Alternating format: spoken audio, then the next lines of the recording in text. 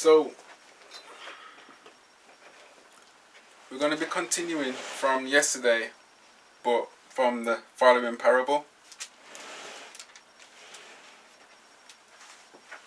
So if you have noticed, throughout the past couple of weeks, I've been going back to basics. Reason being, I think it's really important that we learn the basics. We learn how to read. By learning how to read, I believe we see parables in everything, not just throughout in the Word, not just in the Bible, but in nature. When you understand parables, you begin to spot parables everywhere. You'll see the use of parables everywhere. And I'm saying you can use parables to even understand not just the Word, but you understand yourself. When it comes to dealing with your own, even personal issues. When you look at therapy, when you look at counselling, when you actually understand the techniques that they use, what they learn, how they get someone's problem, get someone's issue, it could be a deep-rooted issue, and they break it down, and they get to the root, and they uproot that deep-rooted issue. When you learn that technique, you will see some form of, it's like a parable. You'll see some principles that they use when they use these techniques. Like, you will see like cause and effect, compare and contrast. So you'll see in these methods, you'll see some parable usage in these techniques. And they're using these techniques to bring healing, to heal somebody of their issue, of their condition, to transform an anxious person to a non-anxious person, to an insecure person to a non-insecure person. The transforming behavioral patterns, using parables. They don't call it parables, but I'm calling it parables because I'm looking into this. As I'm studying parables, I see the use of parables when I look into this area of work, counselling and therapy. Because that's my area of work. So when I'm studying this, I'm seeing so many compares and contrasts. I'm seeing so many cause and effects beginning, and I'm seeing all these things that I'm using in Bible studies in my counselling work. So that's what I'm saying. Learning how to read, it's beneficial in all aspects of life. I think it was yesterday. Emma, what were you saying about that thing you was watching? You mean the detectives? Yeah, that detective thing. I've got a book for the boys, actually. It's for adults as well, but there's a children's version. We just started doing it yesterday into this morning, and they're really excited about it, which is really good, which is a testimony. But it's basically a detective who was a detective in the world for 35 years and became a Christian by using the same techniques that he used as a detective to examine the evidence of the Bible and to prove that it's correct. So he starts in the book going through these techniques, and I was just saying to Leon this morning, after what he said about parables, I'm seeing in there how he uses compare and contrast, cause and effect, the very things that he's using, that Leon's saying he's using in the counselling. I actually saw that this morning in the book, and I'm thinking it's everywhere, because it's logic. It's using reason to follow through on a problem or an issue to solve it. So he asks the questions that people have against Christianity, like Jesus didn't really die, the disciples stole the body and lied about it. So he's dealing with the resurrection and the truth about the resurrection. And then he says about the problems people bring up, and then he tries to analyse them and say, compare and contrast, what's the opposite of that? What could be the truth of the opposite of the error? So it's very interesting how I think you do see these principles everywhere. Of course, cause and effect is a primary detective thing. What caused this to happen and why did it happen? Yeah, we always do that. But we don't realise this is the principle of parables, cause and effect. We see it all throughout the Bible. Oh, and the first chapter in the book is called The First Technique to Learn as a Detective is Don't Be a Know-It-All, which is exactly what we say. Approach the text without any preconceived ideas and presuppositions. And that's what he says you do, and then you automatically assume something about the case and you're wrong. So the principles he's using are to interrogate the scriptures are the same that a detective would use. And he says you can use these tools in every area of your life to analyse a person, to analyse a job, a situation, and he's found it so useful. So he's teaching us these techniques. Yeah. Yeah. So with that, let's go to Matthew 25, verse 31. Okay, we're going to read from verse 31 to 46. I need someone to read it.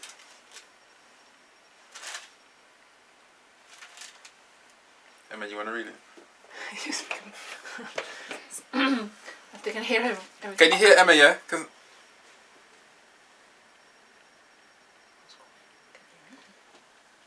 Can I nominate someone to speak? Debray, can you hear Emma? Hello, Debray, can you hear me? Yeah, I can hear it clearly. Okay. Okay, great. All right. Okay, so Matthew 25, 31 to 45, is it? 46? Yeah, 46. So what was the scripture again, sorry? Matthew 25, 40, Yeah.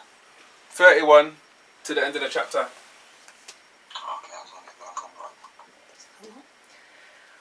When the Son of Man shall come in his glory, and all the holy angels with him, then shall he sit upon the throne of his glory. And before him shall be gathered all nations, and he shall separate them one from another, as a shepherd divideth his sheep from the goats. And he shall set the sheep on his right hand, but the goats on the left. Then shall the king say unto them on his right hand, Come ye, blessed of my Father, inherit the kingdom prepared for you from the foundation of the world. For I was an hungered, and you gave me meat.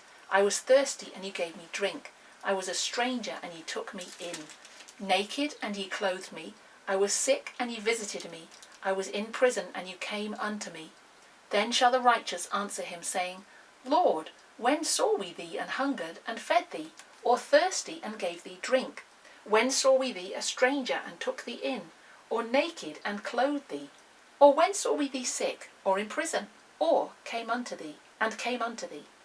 And the king shall answer and say unto them, Verily I say unto you, inasmuch as ye have done it unto one of the least of these my brethren, ye have done it unto me. Then shall he say also unto them on the left hand, Depart from me, ye cursed, into everlasting fire, prepared for the devil and his angels. For I was an hungered, and ye gave me no meat. I was thirsty, and ye gave me no drink. I was a stranger, and ye took me not in.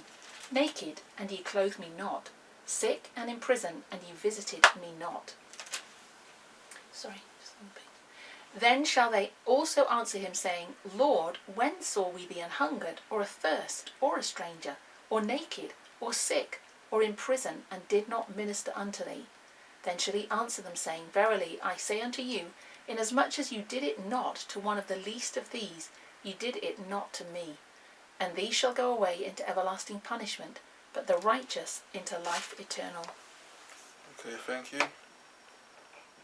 Okay, now it seems like a long parable, but when we break it down, it's not so long.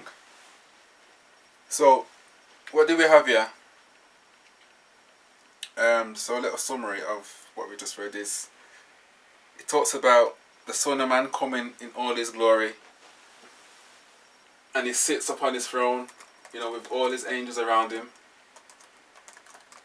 And then we see him dividing two groups of people,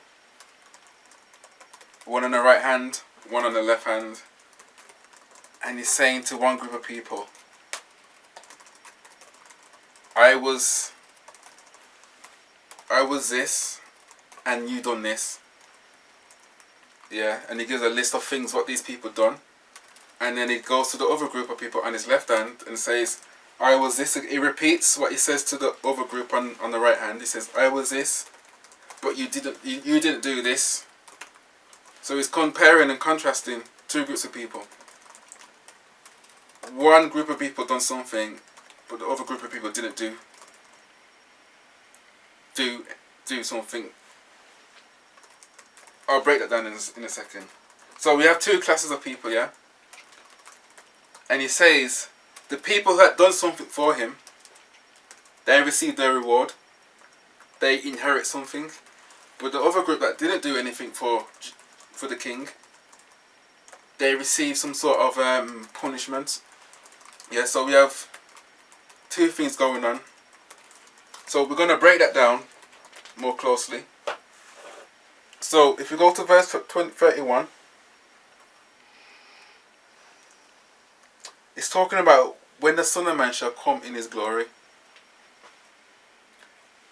and all the holy angels with him. Then, it says, shall he sit upon the throne of his glory. So when that takes place, this is Jesus giving a parable, saying when the Son of Man shall come, this is what's going to happen.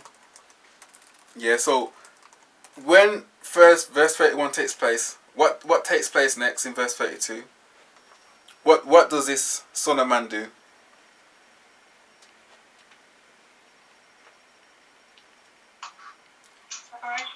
Separate.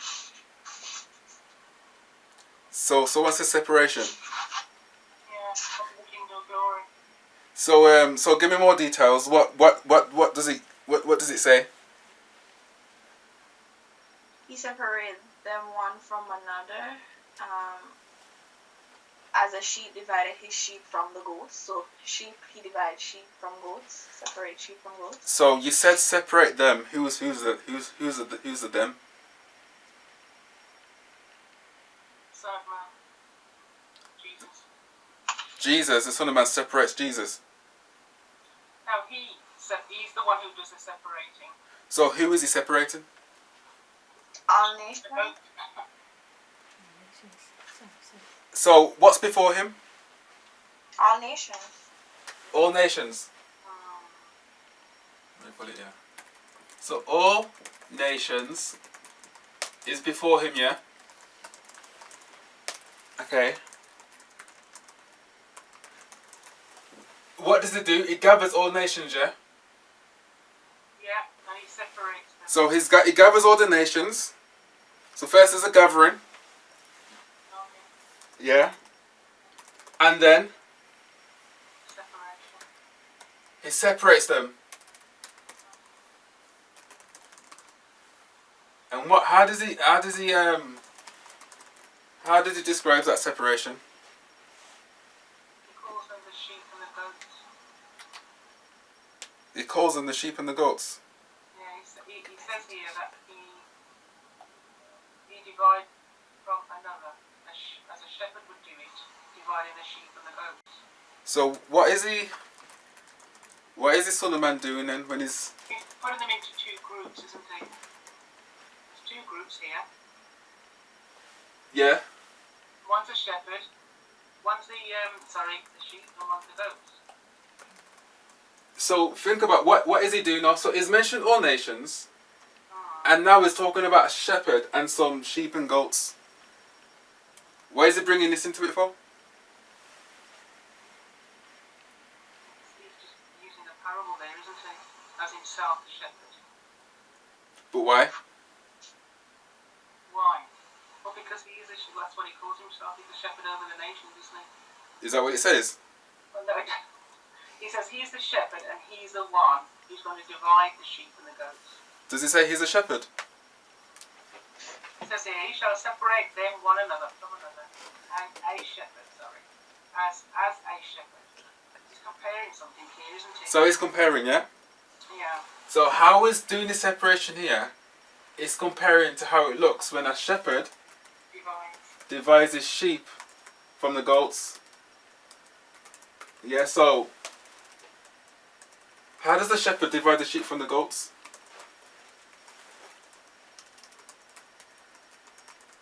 He looks at them and says, this is a sheep, this is a goat. Put them on the left and on the right. Could you say he gathers them? Well, he's definitely seeing a difference between the two, isn't he? Because he wouldn't be able to separate them. Yeah, but could you say he gathers them like the all nations? Or they're gathered? To be separated, do you have to be together first? Yeah. Yeah? Before you make the separation, because you can't separate something what's already separated. Yeah, so it says it's going to gather all the nations. Let me read it. It gathers all the nations and shall separate them from one for another as or like So it's giving you it's giving a description of what this separation looks like with something familiar. Like a shepherd and a sheep, and our shepherd separates the sheep and the goats. So it seems that they are together, but what they look like has already been distinguished. So they may be, so in the parable at least, they may be all in the same area, but what they look like has already been distinguished.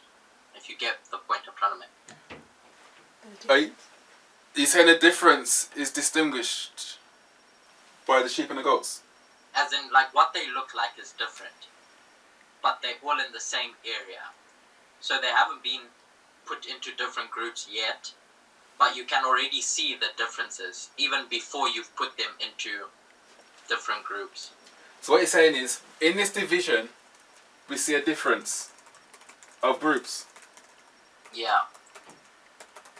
So even before God's put them, I mean, in the parable, the shepherd has put one on the left and on the right.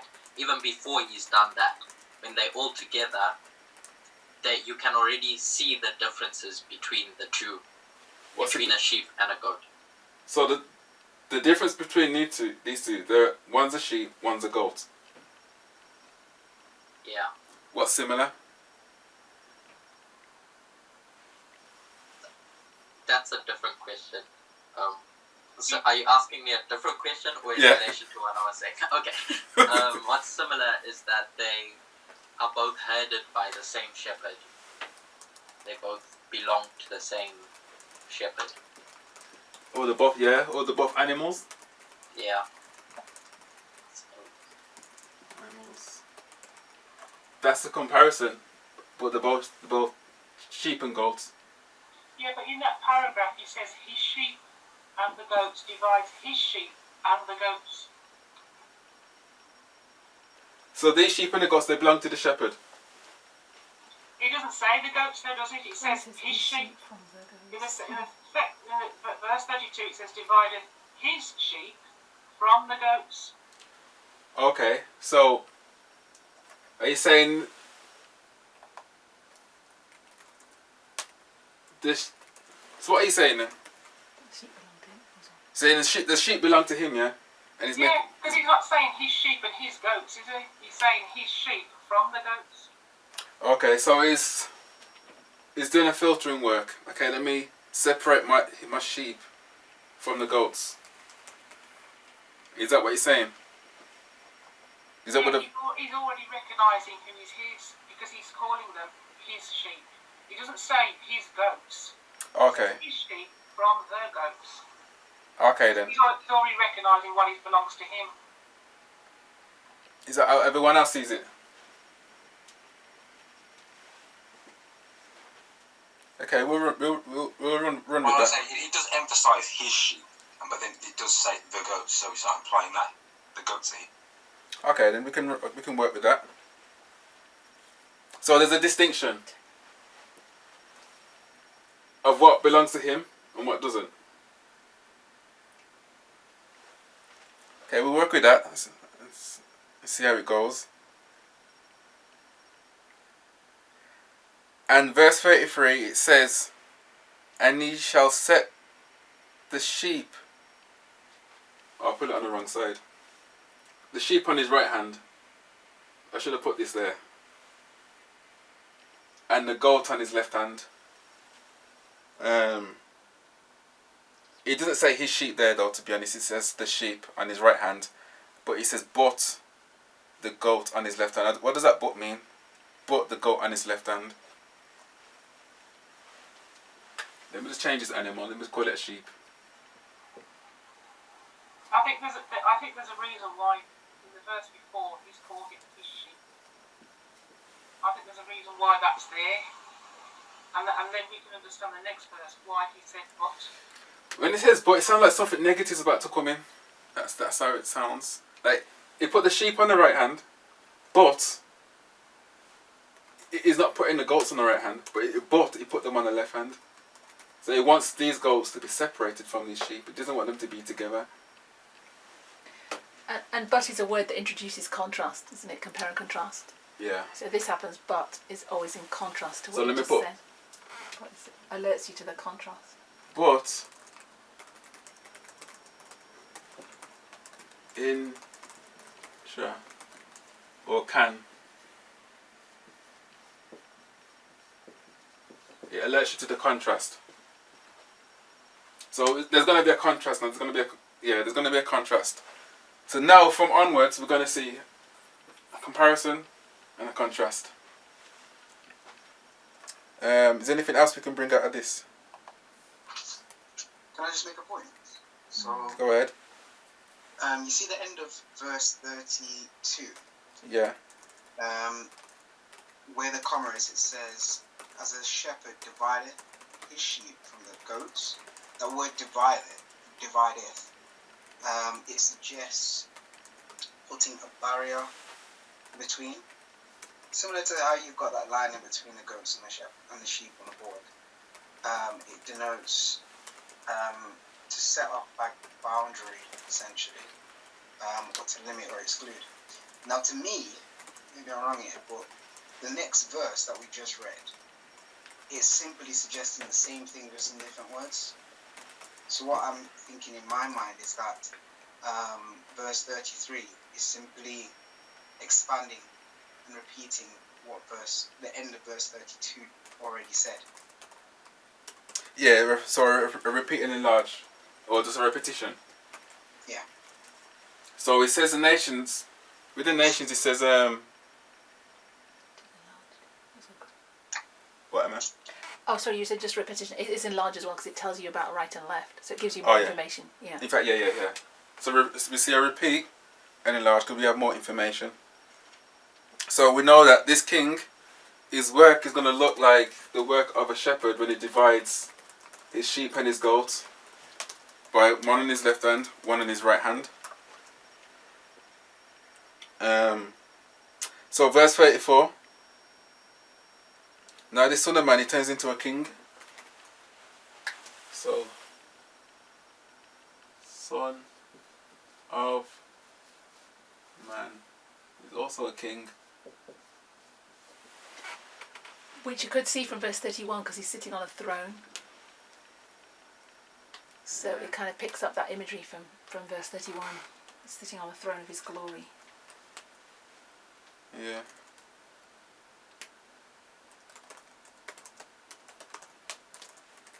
I'm trying to think what else sits on thrones.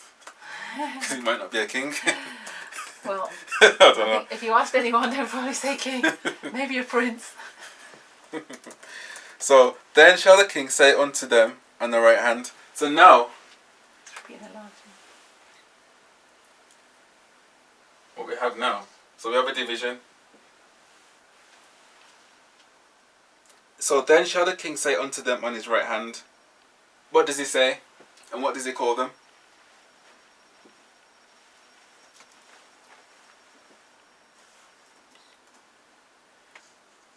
What does he say to the people on his right hand?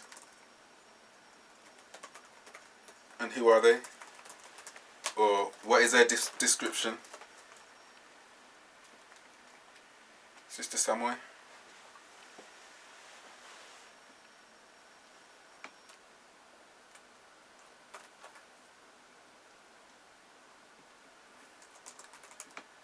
Or Brother Ryan?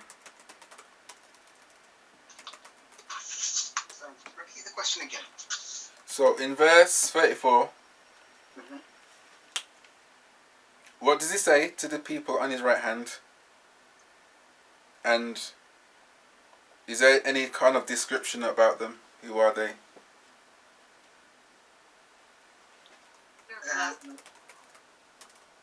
Yeah. Yeah, so as Sister Alison said, they're described as blessed. Let me put blessed. He instructs them to come. Blessed are my father. Let me just put blessed. Yeah. So he instructs them to come in where they're coming to. They're essentially coming to inherit a kingdom that has been prepared for them. So the instructed to come and inherit a kingdom. Yeah.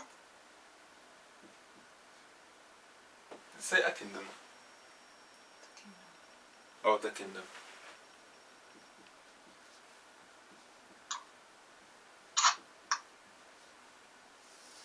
Okay, so they said, come. He says to them, come, inherit this kingdom. Yeah, blessed of my Father. For it is prepared. So this kingdom, what else does it say about this kingdom? That is prepared from the foundation of the world. So this kingdom that's prepared, when this king comes now, in all his glory, it says, come and inherit this kingdom that's been prepared from the foundation of the world, yeah? Is that, I'm reading it. Yeah, that's it. Okay. Isn't it anything else we can bring out of this? Okay, so verse 35. For I was hungered, so this is the king speaking. For I was hungered, so for I was and hungered, and ye gave me meat. I was thirsty, and ye gave me drink. I was a stranger, and you took me in. So I, who's the I? Who's I? You saying this? I was hungered.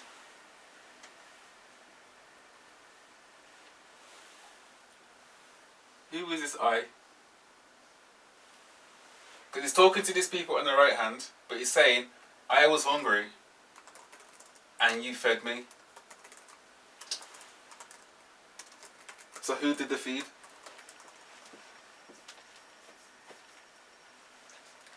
Brother Debray? Or somebody? Could you repeat the question for me, please? So this king is saying to these people, the blessed, I was hungry, and you fed me, and I was thirsty, and you gave me drink. So who did they feed?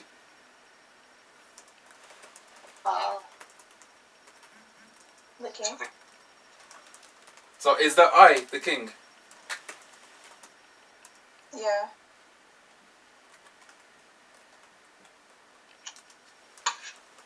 So the king was hungry, and they fed him.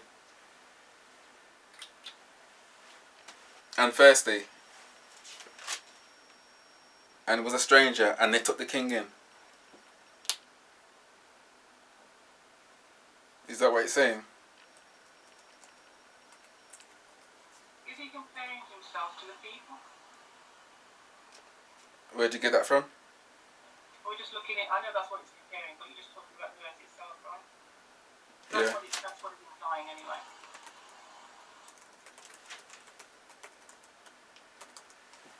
Anyone else?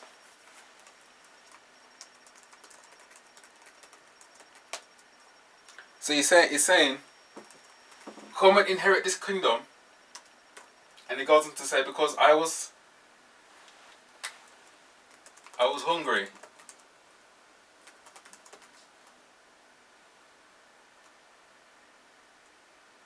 And you fed me. So I and you. I was thirsty. Well, may I answer, Leon? Go ahead. How it's written, the king is saying it, but what he's referring to is when the people on his right hand did these acts of kindness and service to perhaps other people. So we'll get there. Let's think of this thought. What comes after thirsty? I was a stranger.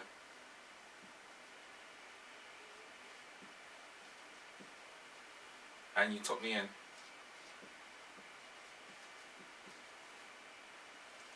Why couldn't it be the king? Why couldn't it be literal?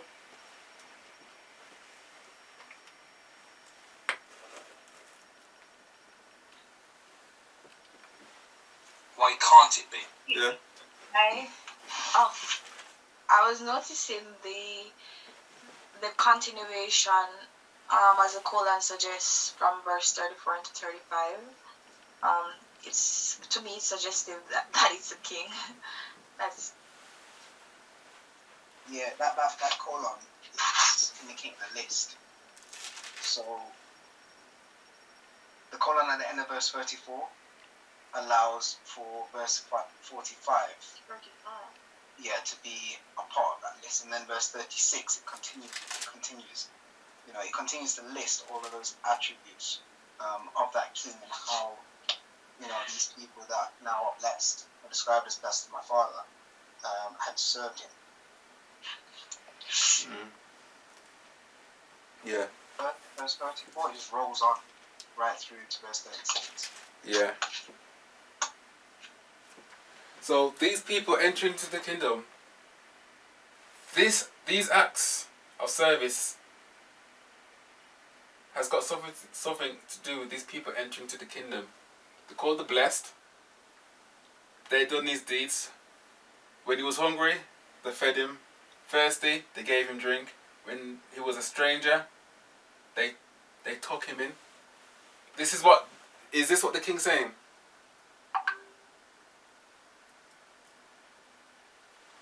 This is what the king's saying to them.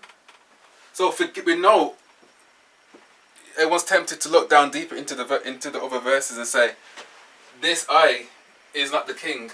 But just forget about that for now. Let's deal with what we've got here. Because even these people are going to be confused. These people are, when you look deeper down, these people, you're going to see that these people ain't got a clue what he's talking about. He's speaking to them in a parable, that's what. Just wanted to add on to Brother Rayon's point that it goes back to 35. If we look at, or 34, he starts in 34. This king says to them, he's going to do something for them. He's going to give them something. He's going to give them this kingdom. It's like he's giving a gift. And then in verse 35 it starts, for I was an hungered. And that word for means because. So what we can see there is cause and effect. So there's a cause and effect relationship going on here between verse 34 and then 35, 36 and 35 and 36. So I'm going to put C for cause. So you ask them cause and effect. What's the cause? What's the effect? So what caused these people to feed this man, this king? Because he was hungry. They sinned the cause. And what did they do? Oh, you're going to a different cause and effect now. Sorry. Oh, what was you saying? I'm saying he uses the word for in verse 35. So he says in verse 34, "Come, ye blessed of my Father, inherit this kingdom." So he's giving them some kind of gift here. He's saying this is gonna happen to you. And then he gives in verse 35, he says, "Because for I was an hungered and you gave me meat." So this is the cause, that's the effect. I was gonna ask them, what's the cause? What's the effect? Yeah. So there's a. what is a cause and effect then? Can we see a cause and effect relationship? I think I had that further on actually. Oh, sorry, I was picking it up because I went back to the. Yeah, so can we see a cause and effect relationship here? In this list of, you say, good deeds? Yes. What is it?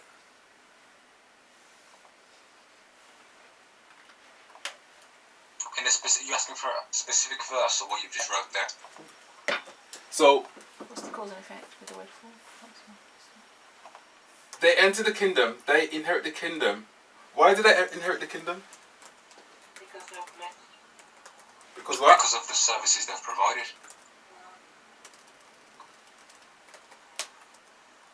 So because they done all these deeds.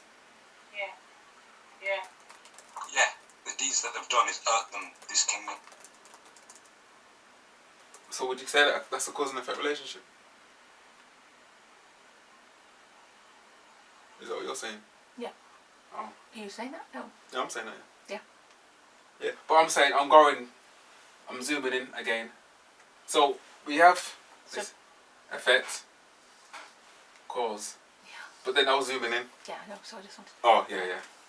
It's like not a fractal, but Yeah. what you do? It's a fractal, really. It's kind of a fractal. Yeah. So what you do now? Yeah. Why did they feed him? Why did these blessed feed him? You can see the cause and effect relationship there. Because he was hungry. They gave him drink because he was thirsty.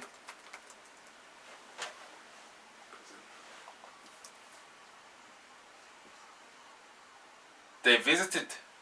They've done some visiting because he was sick. You know, he ended up in prison for whatever reason. He done a crime. I don't know what he done. That's what it says. Prison. What you go to prison for? And he came to me. So if you notice, it starts with physical provision. You know, they're seeing the need of this physical provision. And then, I don't know if you want to call it like emotional or some sort of, what would you call this? Welfare check or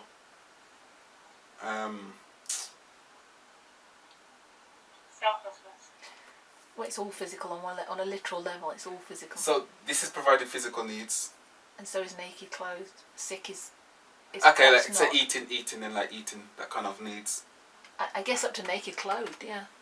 Okay, you up to where's naked? There, yeah. But then strange is different to that. Just a time check. I think you got about 25 minutes left now. All right then. Oh, see, that's it's different. Naked, clothed. I see sick visiting in prison come to me. You may not be doing very much for the sick in the prison. It seems more of a social, perhaps. It's like, okay, you're sick. Social. It doesn't say you gave me food or you gave me some healing remedies. You came. Just says you visit. So he's saying this visiting, it's got something to do with sickness, some sort of provision, some sort of need. So they're seeing the need of the hungriness. So they provided that need. They gave food. They gave drink. You see, I'm thirsty. Obviously, I need drink. I'm a stranger. I think when you look into this word stranger, what did I see now? Oh. I forgot what I said, but it's got something to do with taking someone in. And if you look on the Strongs, naked. Foreign, alien, by implication, a guest or entertainer, but foreign, a foreigner, immigrant. Yeah. Yeah. Or So somebody. how you treated me as a foreigner, you took me in. How you treated me as a thirsty man. You've seen the need. You've seen the cause. How you treated a naked man. I got no clothes. You gave me what I need. I'm sick. Don't give me clothes. Don't give me, don't. I need a visit. So the king is highlighting what the right things, what they did. They seen the cause. They knew how to provide. They met the need. Imprisonment.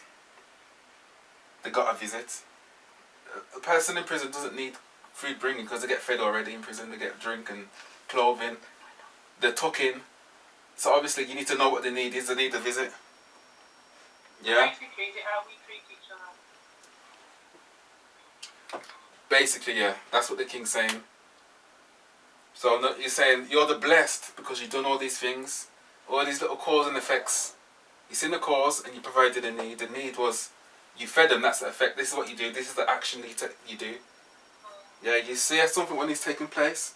You can either leave it or do something. So that's the effect, that's the action, what you do. Yeah? So all these are little cause and effects.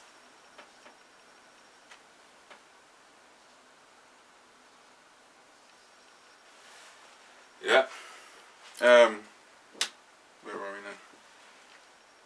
Any thoughts, comments?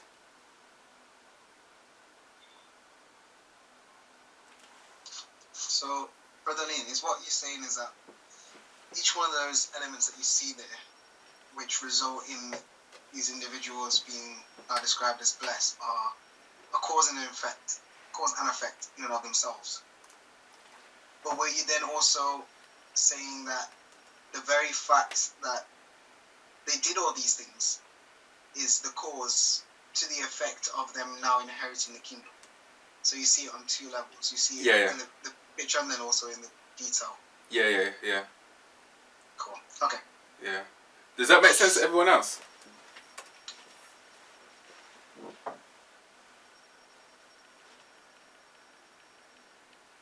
Give me, I got distracted. And what did he say? Ren, you want to explain that again? Oh, someone else does. Or someone else want to explain it?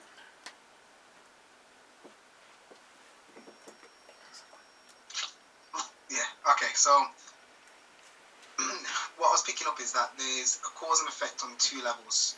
You see one on a bigger picture, you could say, in the sense that you see these people that are now described as being blessed of the Father, and they receive this reward. So maybe you could say that, you know, what they've done is the cause, and the effect is them now being described as blessed and inheriting this kingdom. But once you look at the cause in more detail, which is all those actions that you see from verse, was it 35, 34, 35, 36, which describes, you know, the detail of them now seen him naked and is being clothed of these people, and, you know, he was thirsty, he was given, you know, drink.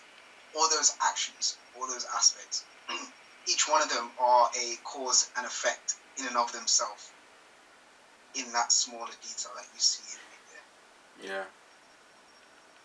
Another way to explain cause and effect is, if there's no hunger, there's no need to be doing any feeding.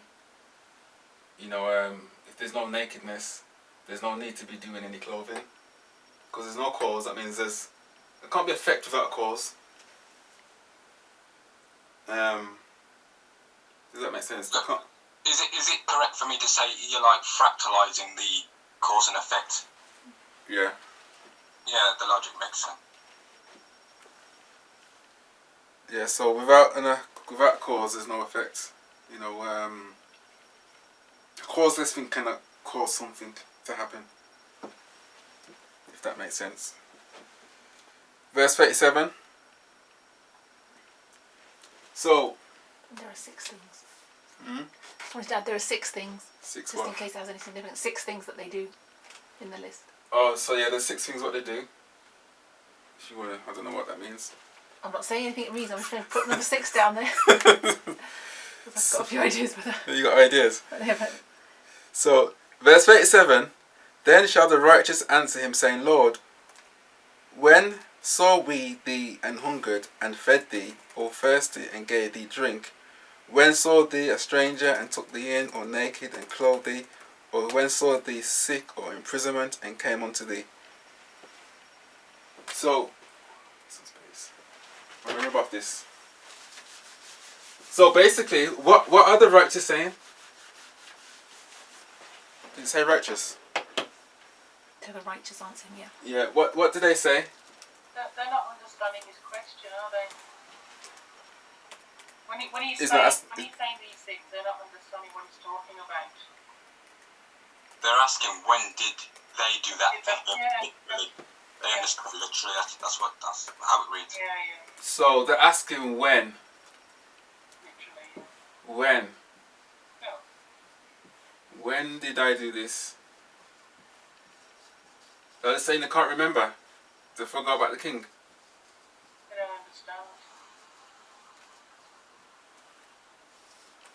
Is that what they're asking, yeah?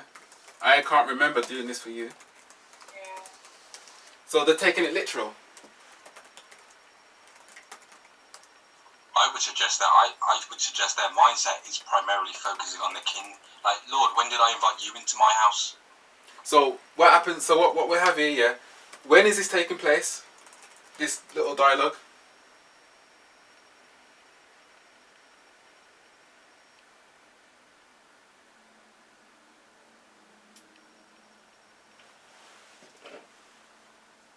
Have a good think. Was it on Judgment Day? I'm just guessing. It's from verse 31. It says, when the Son of Man shall come in his glory. Yeah. So the coming of God. Then what? Then when? Keep going. What's that? Yeah. So when does it specifically? When do they specifically have this dialogue?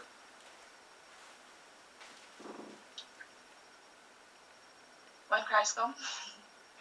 No, it's in the verses. The answer's right there. You was getting there. Don't make applications. Don't make applications. Just read what the verse says. It's right there. He's nearly there. He sits upon his throne. Then what happens after that? the nations gather around him. He gathers the nations. Then what does he do with the nations? He separates. He separates them. And then what does he do after the separation? Or say?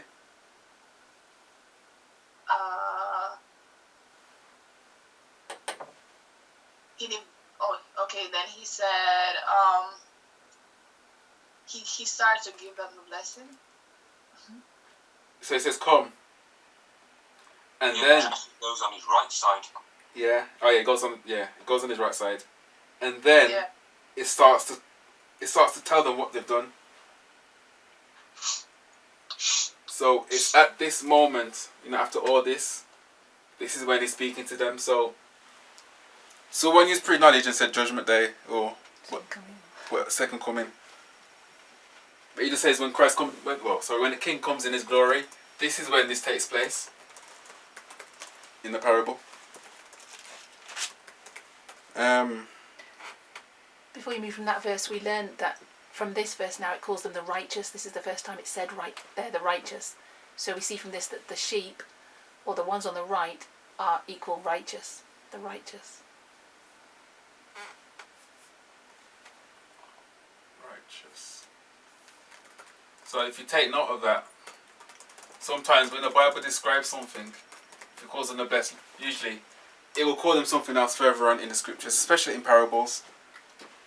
The names of people change, the names of places change, Just repeat and enlarge. which is a repeat and enlarge.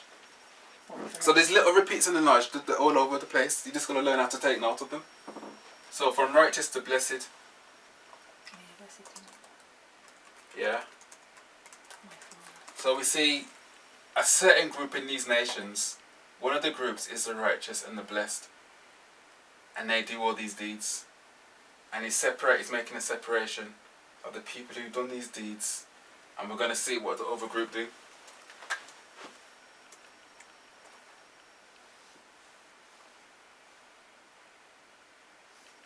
Yeah.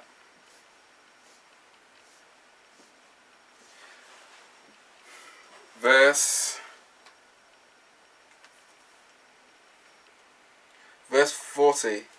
And the king shall answer and say unto them. So these people are asking, when did I do this? Are they saying, I didn't do this, I can't remember. So they didn't see the Son of Man when they done these things. They're saying, I can't remember clothing you, Son of Man. I can't remember taking you in, Son of Man. I cannot remember feeding you, Son of Man. They're asking when, even though the king's telling them, they're saying when. It's like they're confused. Yeah. They're confused on this day, on this event of their works. It's not clear to them. So verse 40, and the king shall answer and say unto them, Verily, verily, I say unto you, inasmuch as ye have done it unto one of the least of these my brethren, ye have done it to me. So, ye have done it to me. So what is he saying? So, who are the least? He's like comparing himself to what they would have done to the people.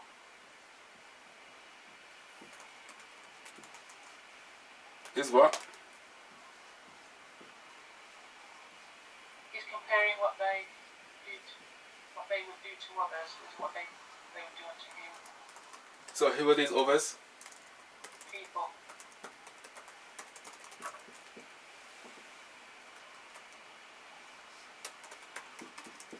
The people. Yeah. Did it say people?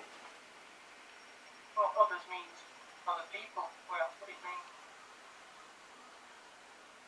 Unto them. Where do you get others from? But if you just unto them, you have done it unto one of the least of these my brethren. Say my brethren. You talk about verse 40, aren't we? Yeah, verse 40. Yeah, he's saying, what you've done unto them, which you mean people, you've done unto me. So, and he said unto them, so who's them?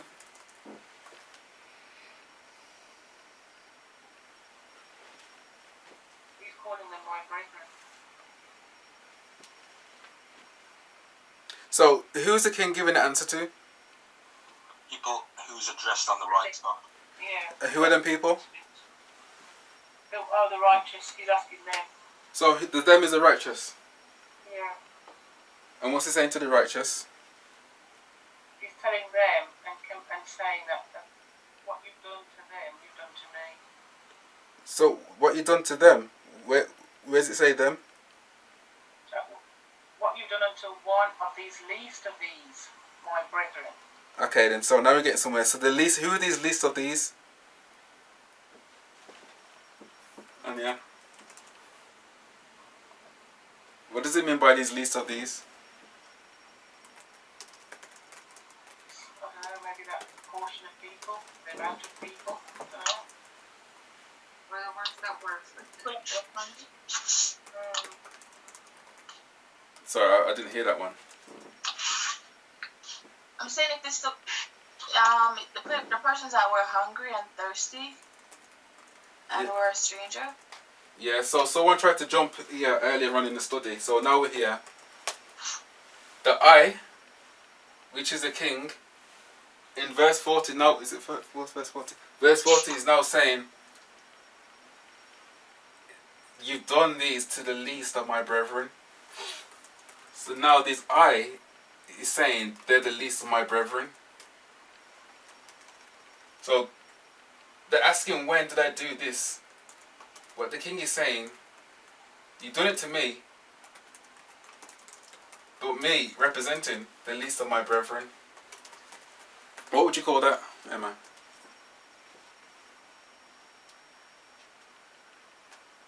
What is he doing? So these people that are hungry, they say, let me put so least. Least of the brethren. What's the opposite to least? The most? Greatest. Greatest? At least could be small in amount. It could be small. Greatest. Oh. Important, insignificant. I don't know.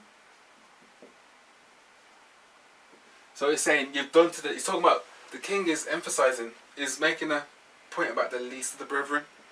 So all these are representing the least. All these eyes are representing the least, not the most or the greatest or the whatever. He's saying you've done it to the least of the brethren. When you do it to these, you're doing it to me. So when you do something for the least of the brethren, you're saying what you do for the least, you're doing to me. So you're seeing the need of the least. These are the needs of the least. This is what's going on with the least.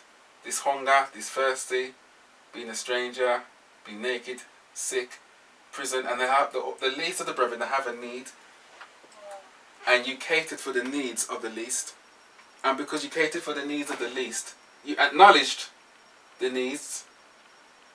Yeah, you seen the cause, and you went out to deal with the cause. And because you've done this, cause and effect, you receive this. You are blessed, because you are blessed the needs of the least. You are the righteous. This is the work of the righteous. That definition of least is it can be smallest in size, in amount, or in importance, or authority, or in the estimation of men, or in the rank and excellence of persons. So it's the least in all sorts of areas. Yeah, it doesn't just mean physically small, it means in importance or in people's eyes. They have less authority, they're not esteemed by men, less value, rank and excellence, yeah. Class, different country, Yeah. Could whatever. we just summarise that by everybody then? By everybody. Emma. I suppose it's what we think is important, isn't it? Because, like we think things with money are more important, all those kind of things. Anyone else? Yeah, probably everybody. Classes. She's my brother, there's a lot of people. But everybody, I don't know. But everybody, because everybody, there's a mixture of group in everybody. This is everybody, Yeah. But not everybody was righteous. Not everybody is blessed. Not every animal is a sheep or a goat. there's differences in everybody. But what I'm suggesting is they're doing these acts of service, but perhaps they could not just be for their own people, but for like generally anybody and everybody. The Lord's seen that. I think we're going away from something. So it just says the least of the brethren. So whatever the brethren are, whoever they are, it's the least of them. Yeah, it's the least of the brethren. Whoever the brethren are, it's the least of them. Yeah. So the least, so not all the brethren. So he's making a point about the least of the brethren. That they got this treatment. Also this good treatment. So that's the point. This is what the king is bringing out. This is what Jesus is bringing out in the parable. So the focus is on what these righteous done to the least of the brethren. That's the focus. Does that make sense? That's the focus. Yeah? Yeah. So verse 41. Then he... So we're saying that we don't know who the brethren are. We just know that the least of them, whoever they are, these people, the least ones, is what you're focusing on. Yeah. That's what he's focused on. Because he doesn't say who the brethren are. He just says... No. He says they're my brethren, but we don't know. Yeah. But he's saying, what you do to the least of these brethren, you're doing it to me. Mm-hmm. So, I don't know how to make the connection between the king and the brethren, the least of the brethren. When you look after them, you're doing it to me. So if you don't do it to them, you're not doing it to me. Or you're neglecting me. So you're doing a work of neglect. And it's like doing it to me. 41. Then shall he say unto them on the left hand. So now we have those on the left hand. Just to give you a time, you got 5 minutes, unless you need more time now. Yeah, so more time. I'm nearly finished, but yeah, more time. Thanks. Then he shall say unto the brethren on the left hand, depart from me. Who?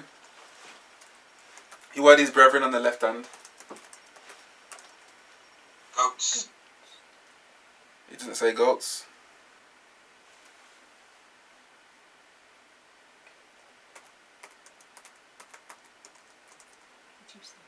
Depart from me, ye cursed. So we're talking about people now. The cursed. We have the blessed and the cursed. Opposite is blessed, yeah. So what do we have here between these two words?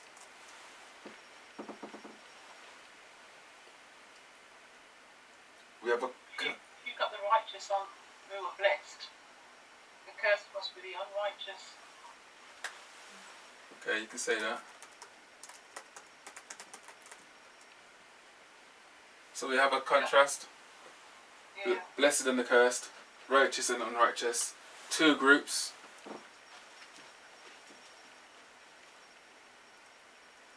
It says, depart from me. So what is he saying compared to, what is he saying to the cursed compared to the righteous?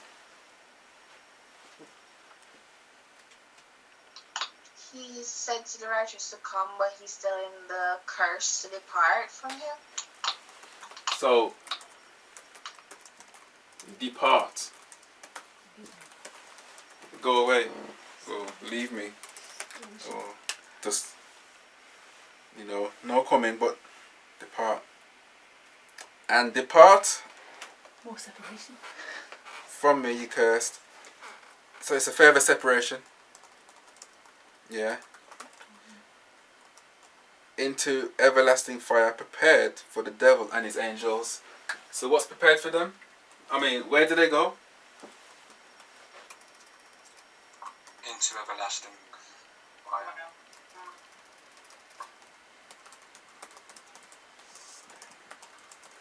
And who's this prepared for? Devil and his angels. And that's where they go, yeah? Yeah. So then, from verse 42 to verse 44, he goes on to say, For I was hungry, and you fed me not. Thirsty, you gave me no drink. You didn't take me in. You didn't clothe me. You didn't visit me. You didn't come unto me. Compared to the righteous, nothing but ticks. So, what do the unrighteous see? You see a comparison. That's how you spell it. They both see the need, yeah? Do they both see the need? Yeah, they did. One acted it out and one didn't. So only we see a comparison, but we see a contrast. One responded, one did something, one didn't put anything into action. I don't know if you could argue they saw the need, but maybe we can. You can see a need and just It says, I neglect was somebody. hungry and you gave me no meat. And they could say, because they do say, don't they? When saw we thee hunger? So, and then they respond. So they ignore the cause. I'm saying. Verse 44. Then they shall answer them, saying, Verily I say unto you, inasmuch as you did it not to one of the least of these, to one of the least, you did it not to me. So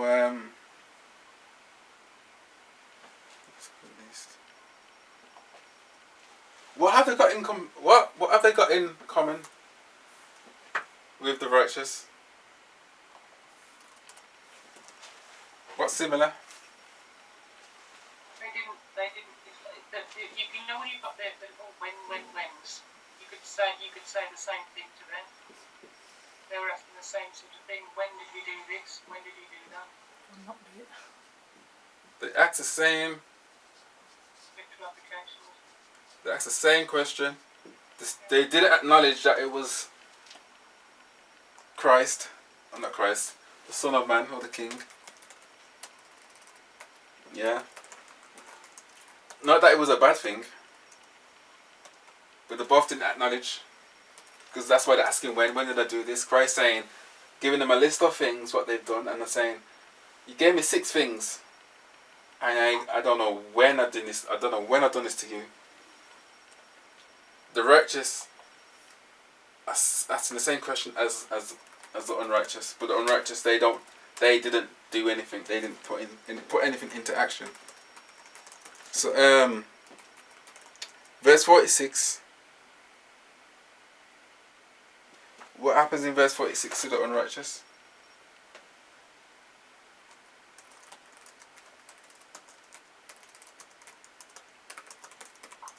It states that all these, we've got 2 things here: everlasting punishment and the righteous into life eternal. So we have life,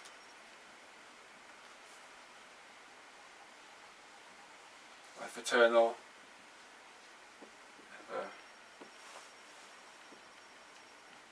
everlasting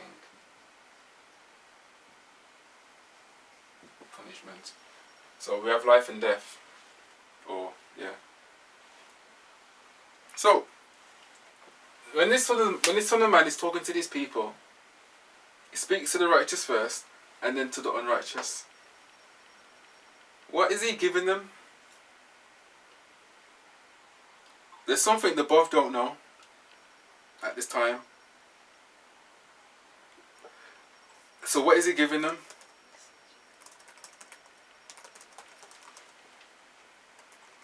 What do you mean?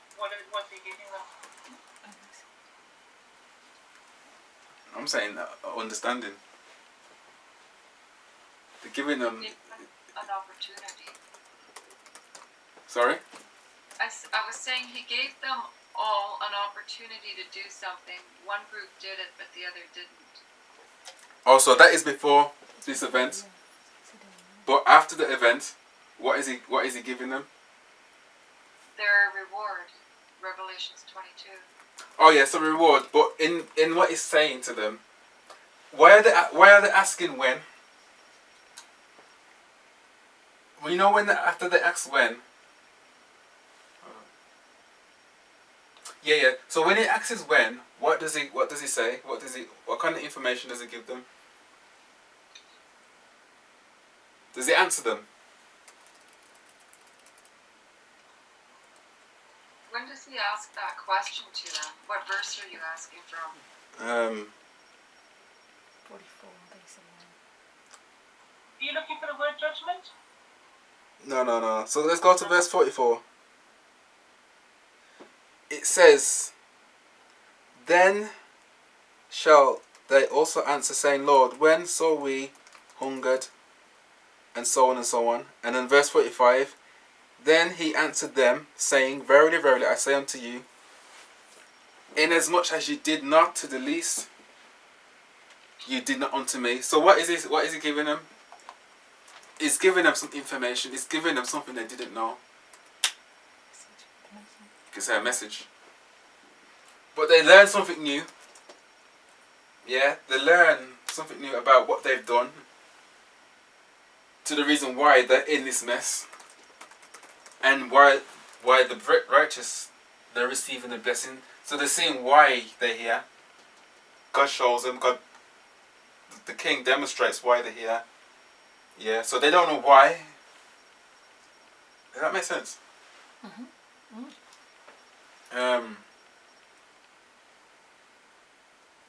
Yeah, I don't know how to properly word it. So you're saying, like, he opens their eyes to the Yeah. thing that they didn't see. Yeah. So they're blind, basically. They didn't see something. Yeah. And both sides didn't see it, actually. Yeah, both in sides some didn't ways, see it. In some ways. So they're open. The eyes are open to their condition. I mean, their acts. They see the cause of their condition right now, their present condition. One's about to go into everlasting fire. One's about to inherit the kingdom. So they see the cause of the eyes are open to the cause. So how they got there. Yeah, how they got there. Why what's happening is happening to them. Yeah. And remember when I said at the beginning of the presentation where when you use parables, it opens up your eyes to the cause of your issue. Of why am I here today? Why am I behaving the way I behave today? Why do I do these things? Why do I badly behave? Why do I get angry? Why do I panic all the time? Why have I got so much anxiety? And why is the devil harassing me? Why is all these things happening? Can I just ask you a question after you can answer that? Yeah, so parables brings out the root cause of, I'm saying, everything. But it's how to use parables. Debbie, go on. Yeah, I was just saying from what you were saying, the fact that we know where Christ is, and that he came to those two groups. Can't you say that judgment, even though that you said it wasn't, but I can understand why, but can't you say that judgment was used in that respect because he's given them both the conclusion to understand why one has made it while the other one hasn't? So he's still pronounced like judgment because obviously it's where they're going. So he's put it fair enough to saying one's made it and he's saying the other one hasn't. So can we not use judgment in that respect? In the fact that he's come to tell them this is what's happening and this is what the conclusion is. So can we not use judgment in that respect then? So I'm saying it's more safer to make the application when the whole picture's painted. Oh, right. Usually, before we even paint the picture, we have an application. We before we even know what's going on in the parable, we jump to some spiritual application. We've got some sort of application of what's taking place. No, I wouldn't have jumped to that. I wouldn't have jumped to that until you come to that place now. Because obviously you're saying that one is going to be everlasting life, one is going to be punishment. To me, that's judgment. That you're giving them the judgment of one's passed, one and the other one hasn't. And he's also giving them the reasons why. Anyone else? Yeah. On that point or something. Yeah, I wanted to make a couple of points. One of them is that, so we see here that the difference between the two. So what is the difference between the two groups? I think that's where... Yes, give me. Yeah, I'm asking anyone out there, what's the difference between the two groups then? We need to get to the root issue here of the difference, because both groups don't understand what they've done to get there, really. It's how they've treated each other. So Because if we think about the equality issue that we've got now, the equality issue, one's has treated the one right, according to Christ, the other one hasn't. I mean, I don't know if you can think that So- into, but that's basically what it is. One hasn't treated one right, the other one has. So there's a difference is how they treat the least of the brethren between these two groups. That's what's being brought out. One group treats the least in a certain way, and the other group treats them in a certain way. And it's brought out here. Yeah, so it's how they treated the brethren, the least of the brethren, That's the point. basically. So it's kind of like about treatment. You know, it's like it was a test. So we could say it's how they valued a soul of a fellow human being, because we know these are all nations. They've all come from the same place, and now they're being gathered together to talk about what they've done in that place where they were with all these nations. They were all part of these nations, and now he's going to tell them this is how you behaved with each other. So how you treated each other, basically. There's a difference between how you treated each other, and that's what's significant. So both groups, it's got nothing to do with him, even though he makes it to do with him. Yeah. And I think that's, if we're making an application, that's what we're facing. We're seeing the importance of how we treat human beings, and it's individual, because it says And this is what the king wants. it's how they value one person, because he said when you saw the least of these, just one person, when you did it to Yeah. one person, you're doing it to me. And yeah, I think that's an important concept. And I also liked, we didn't bring out the compare and contrast. We were contrasting the righteous with the blessed, the fact that he says come to one group and depart from the other. But I liked the way it described prepared, because the first one said come and inherit the kingdom prepared for you from the foundation of the world. So from the very beginning, this kingdom, this presumably a nice place, is prepared for these righteous people. Well, it's nice because he's going to be there, so he says come to me. And then the second group, it doesn't say prepared for you from the foundation of the world. It says prepared for the devil and his angels. Now, I don't know if we could put in there, doing compare and contrast, from the foundation of the world. It was prepared for the devil and his angels, but it's not prepared for them. And I think that's a really lovely point about the mercy of God, that he never prepared this lake of fire for anyone here. That wasn't his purpose. And so it looks really harsh, they're going to everlasting fire, everlasting punishment, but that point about it being not prepared for them is the fact that he never wanted them to go there in the first place. And I think that shows the mercy of God in the way it's written, that this wasn't for you, but the kingdom of heaven was for you as well. It was for everyone. It was prepared from the beginning So it's for for these everyone. people as well. The It's for cursed. And I was thinking they probably did that to the least of these my brethren, includes everyone in that group. So the sheep did it to goats. They weren't specific. They did it to sheep or goats, because they didn't know who they were. They were just doing it to everyone. They helped everyone. And the other group didn't help people.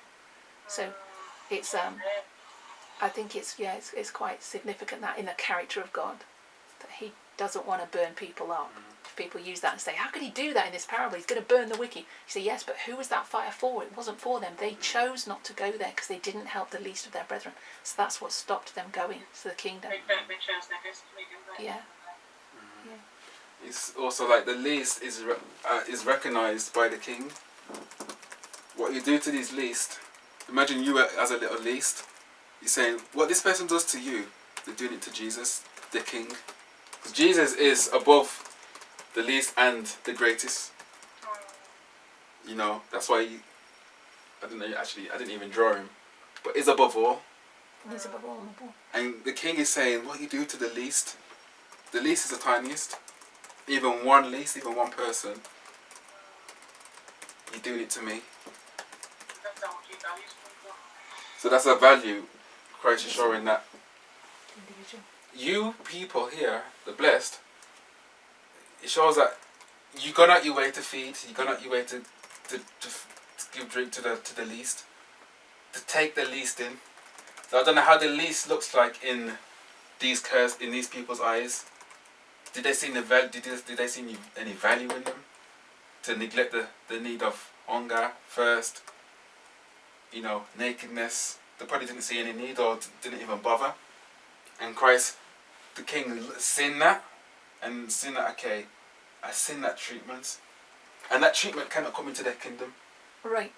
So I need to give you a little understanding. When I do come back, I'm going to make you know why you're here and what's important to me. And it's not dependent on time. This parable is timeless because when he's addressing these group of people, the only people they can help are those that are close to them. You can only help someone hungry in your sphere, who you see is hungry, who you see is thirsty, who is naked and right next to you naked. So they're helping those in their generation, in their timeline. And so whoever is the least in their timeline, the least of the brethren in their timeline, is who they help. So in the time of the Jews, it's the Gentiles now. You're going to help a Gentile. You're going to help someone who they wouldn't ordinarily help. So you're going to help a black slave in the 1860s. You're going to help someone in your generation who is the least of your brethren. Whoever anyone in society sees as the least. And I think that's, yeah. So you can apply it in any generation, any time.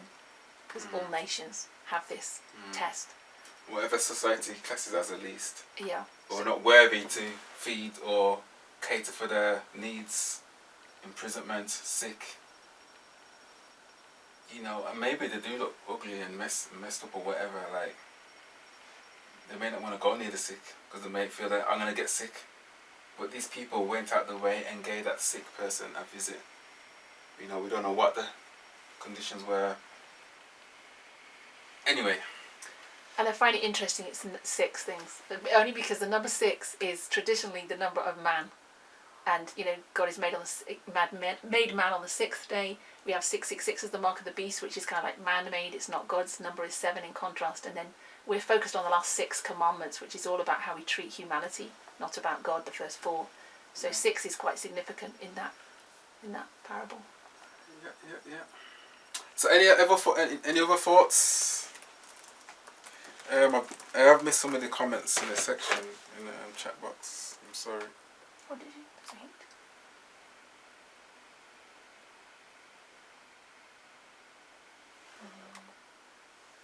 Tom, you wanna make a point?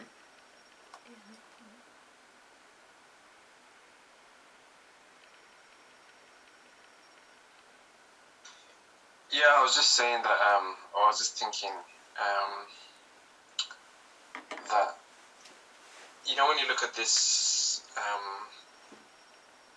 the goats, they haven't actually done anything bad. It's not like, oh, you did this or you did that. They didn't do anything like intentional, like they weren't like going to they didn't beat the neighbor. They didn't do all those things, but they just didn't feed them. They didn't do what they could to help the neighbor. So it's more about, it's not just commission, but it's not just a sin of commission. So you're not just committing a sin, but it's a sin of omission. You're not doing what's right. And I just thought that was quite powerful and solemn. You know, because sometimes you can feel like, oh, you know, I'm not doing this, I'm not doing that. And sometimes you think about even, you know, people in the world, and they feel like, okay, you know, I don't do anything wrong to anybody. You know, I don't do this, I don't do that. So they feel like they don't need God. But it's not just to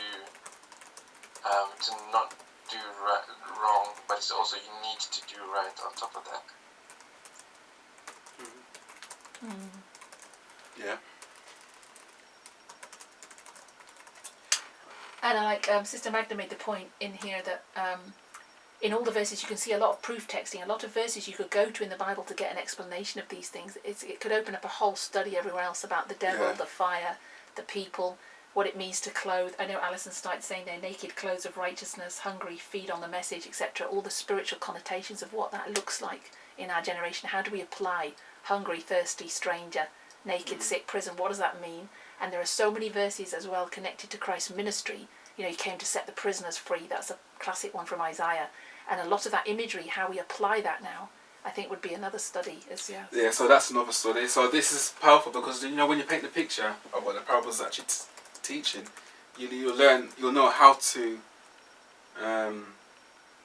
apply these verses where we find elsewhere into the story. We can rightly apply it and put it in its right place. So like I say again, usually we'll be tempted to straight away make applications in the first verse and go elsewhere in the Bible and see what does this word mean, you know, what does it represent, and then make an application to the next verse before we even paint the picture. So this is an exercise. This is a reading exercise. What we've done. We could have spent longer on this. Just make that point. Brother Curtis just put in the chat, it's not enough not to be sexist or racist, but you need to be anti-racism, anti-sexism. So we need to be actively, I guess that's going back to Tom's point about being, it's the sin of omission. It's what we haven't done to help put something there, people. Yeah. No, that was what Brother was saying, exactly. Oh. Like it wasn't enough to not own slaves, but also to be positively against the institution. Yeah, so you're not going to send a slave back now either. So it's how you actually treat them, even though you haven't got slaves, how you can actually get involved in the cause and help them. Yeah, this is true. So basically, you're behaving the way the king wants you to behave, naturally. You're just doing it naturally. Yeah, but these people, they're not behaving the way they should, or the way the king wants them to behave. Their behaviour is bad. They're asking when, they don't know. They're not aware of their good behaviour because it's just coming naturally. You know, the message is in them. The way Christ wants them to behave is like it's ingrained in them. So they just go out and perform it. It comes forth naturally. You can ask, why did they feed? Why did they do all these things? That's another question. So can we say that the separation took place at the Kingdom of Glory? At what? Sorry. At the Kingdom of Glory. That the separation took place then. So you might a bit quiet. I didn't catch what you said. I said, could you say then that the separation took place at the Kingdom of Glory? The Kingdom of Glory.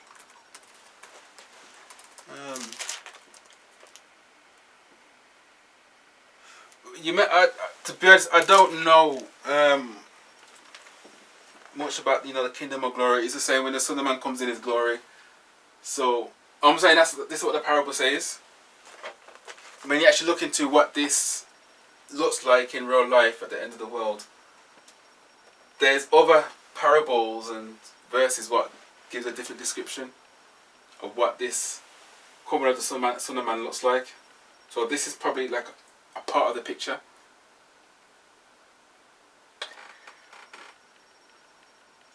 Yeah, it's basically at the end of the world. I'm saying when this new kingdom is being set up, and we would put that at when the Kingdom of Glory is set up. I think at the second coming, which is what we've been saying. But I think the significance is everything's determined by how we're treating people now. And I think there's discussion going on in the chat about the fugitive slave law. It wasn't enough, not having slaves, but we had to protect the other slaves at your own risk. One runs away, you've got to not send it back now, even at the risk of your own, penalty, being fined, breaking the law to do it, going to prison over it, being killed for it, because you're standing up for someone else. And like Brother Curtis gives the example, standing up for a woman in the workplace who's being sexually harassed, even if it means you lose your job. And I think the point about all these things is most of us as Christians would probably feel we should defend the defenceless and we should stand up for people, but depends on how much it costs us, as we were discussing, but also the fact that we never thought that was the battle. So these people who didn't do that for their brothers and sisters, the least, these are good conservative Christians saying this. These are people who didn't realise that was the battle. They're standing for the Sabbath. And I think that really brings it home when we apply that, because we think these are wicked people who didn't help the poor and didn't visit the sick and didn't go to prison. And that's how we'd have read it before. We'd have said, oh, those are the non-Christians, those heathens out there not doing the job that we're supposed to do as Christians, helping people.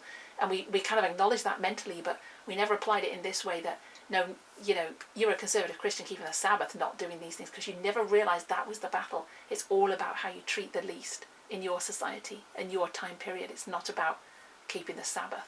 And so we've been totally sidelined by Satan, and I think that's why these things now are opening our eyes to this concept, because it's fundamental to our salvation. If we don't understand what the battle is, we're never going to do all those things, and we'll get all the crosses on the right. It's a deep, it's a fearful lesson, yeah. Yeah, the sheep and the goats are part of the same flock. They look very similar. Only shepherds can tell the difference. That's what Tom's writing in the chat. Okay. Yeah. Which I thought was quite, when we were talking about at the beginning, I wondered, what is the difference? How do they tell? Can they tell? Yeah. And why would, going back to ancient shepherds, why would they need to separate them as well? Is there something significant in that? So there's lots of questions could be asked about it. Open up another. But I think this is a really important lesson. The more our eyes are being open to this concept of how we treat our fellow man and the quality test, we see that a lot of these parables and a lot of the stories of the Old Testament are showing us these lessons that we never saw before, because we never looked through these glasses. Yeah, so there's probably so much more we can get out of this parable. You know, maybe we was just touching the surface. Maybe, but it's just a basic exercise. So this is back to basics. Learning how to read and use parables. So with that, then we'll stop there and close. Close right there. We'll pray. Thank you everyone for participating. Dear Father in heaven, Lord, we give thanks that we can come together to open up your word and study. We pray that you continue to guide us. Lord, as we was doing this exercise, going back to the basics, Lord, help us to continue learning how to read. As we know that when we learn how to read, how to use a methodology, how to use parables, it will bless us, it will help us to develop in understanding who we are and also understanding who you are, making right applications, learning how to divide the word of God and understand the truths for our time. So guide us as we continue learning how to read, that you will bless us and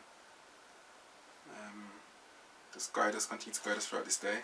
Be with us now, in Jesus' name I pray. Amen.